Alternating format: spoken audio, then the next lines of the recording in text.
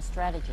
The final document puts more emphasis on international alliances and organizations. This would become an unprecedented time period for people all over the globe to discuss at length what the New World Order meant to them. People within the media. Does anybody want to talk about the New World Order? Is there a New World Order out there, or is this a vision that exists in the... He does have his vision, there's no doubt about that. But does that exist in the president's mind, or does it exist out there in reality? This president sees this episode as the first test case, as the first example for the New World Order he is trying to organize. Some people have called it the New World Disorder, and there's a lot of truth to that.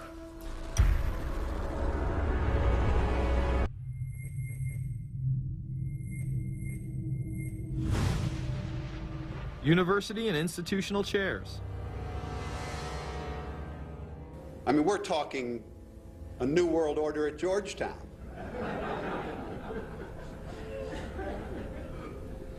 And we'd like to be very much a part of it and continue to live.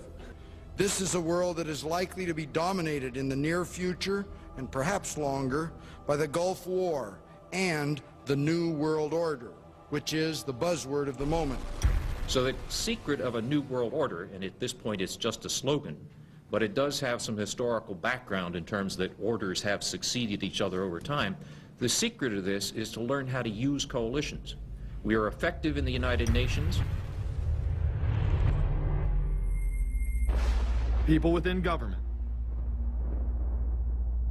George Bush has invoked a New World Order without enunciating a new American purpose. The president has still failed to articulate clear goals for our nation's foreign policy in this new age. I find the term New World Order very revolting, and just not only historically but politically today. I think Harding is absolutely right, and the actions of the administration just after enunciation of the New World Order put the lie to the fact there is any real substance behind what they say as New World Order. The first act of the New World Order was A, to make war, and then B, was to sell arms all over again. Is there a New World Order? We know certainly that George Bush has copyrighted the term at this point. In the aftermath of this war, though, is it an empty vessel into which something will be poured? Is it the appropriate term to use? Is it going to be a New World Order, or will disorder be just as significant in this process as we look ahead? Let's start with Madeline. I think that we have, in fact, kind of had this term thrown at us, and many of us have not liked it, partially because of the previous historical connotation, and partially because I think it doesn't really deal with the way the world ought to be or is at the moment. But we are far from seeing a world order, and I'm not sure that it is in best U.S. interest to have a new world order in which we are the policeman. While many began to become critical of this order, the term began to evaporate into the background. We are very, very skeptical of an international order if we are not sure how the rules will be made, because thus far the international order has been made with rules that we had no input into and that affect us, and even when on the few occasions when the rules will seem to favor us, then they get changed. A unipolar world, a world of one superpower, may be quite dangerous for us.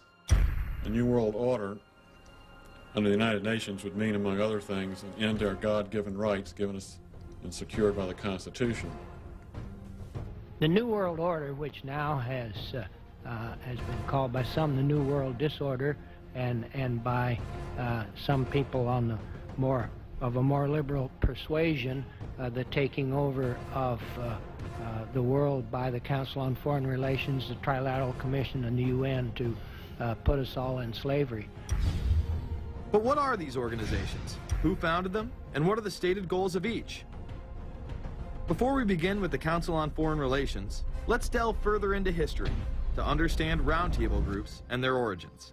Its roots go way, way back in history, and they go back to the formation of a secret society, a secret organization that was created by Cecil Rhodes, very powerful and very wealthy individual. And people have heard about him in history, and they know about the Rhodes Scholarship, and they think, well, isn't that nice? That they don't understand at all what that's all about. Cecil Rhodes, when he died, left his great fortune not to his family, not to his heirs, but for the creation of a secret society. And we know about this because there were some people very intimately involved with this organization who wrote about it. One of the best authors on this topic is Professor Carroll Quigley. He wrote several books, and Tragedy and Hope is the best known of his. He described in detail the secret organization created by Cecil Rhodes, and he explains in these books he knows about them because he was invited by the organization into its inner circle. He was never a member of it, but he was invited in as their historian, and he was allowed to see their secret records and papers and study them for several years. And he knew all the important players, and he understood what it was about, and so he wrote these books. And it's an amazing thing because he laid out in great detail what the purpose of the organization was and how they were the major players in all of the big international events since and including World War I. The bottom line is that you take the roots of that organization and you find out that they created in all of the British dependencies what they call roundtable groups. And then around those little roundtable groups, they created front groups. And the purpose of these front groups and roundtable groups was to penetrate into the governments of all of these different countries, to penetrate into the media centers, to penetrate into the educational systems. In other words, to penetrate into the social fabric, the power centers of society, and literally take them over from the inside without anybody being aware that they were controlling influence.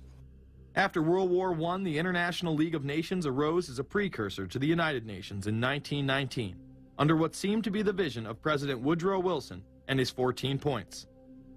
The League of Nations was the first attempt at the New World Order, the first attempt at a global government based on the model of collectivism.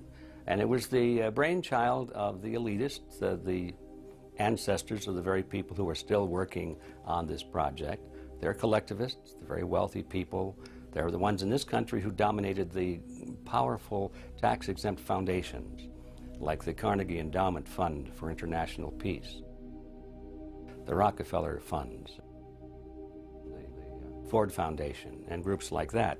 These people were on record, even way back then, that they had to have a new world government, and they dreamed of that being embodied in the League of Nations. And they were solidly behind it. And that was one of the reasons those people encouraged the United States into World War I, was because of the crisis of World War I, and that would also condition Americans to thinking of making big changes in their system, because we certainly don't want another war like that, do we? There's that fear angle again. And they thought, well, by being in World War I, then we would be a major participant at the table to carve up the world and create a new world government. And that was to be the League of Nations. Well, what happened to it is that the American people didn't really go for it. Wilson was aware of the elite and their control over society. In his book, The New Freedom, published in 1913, he discussed such a group. Since I entered politics, I have chiefly had men's views confided to me privately. Some of the biggest men in the United States, in the field of commerce and manufacture, are afraid of something. They know that there is a power somewhere so organized, so subtle, so watchful, so interlocked, so complete, so pervasive, that they better not speak above their breath when they speak in condemnation of it. Ultimately, this insight did not spare him from becoming yet another puppet of the global elite. You're watching Invisible Empire, A New World Order Defined. I'm Alex Jones, the producer of this film.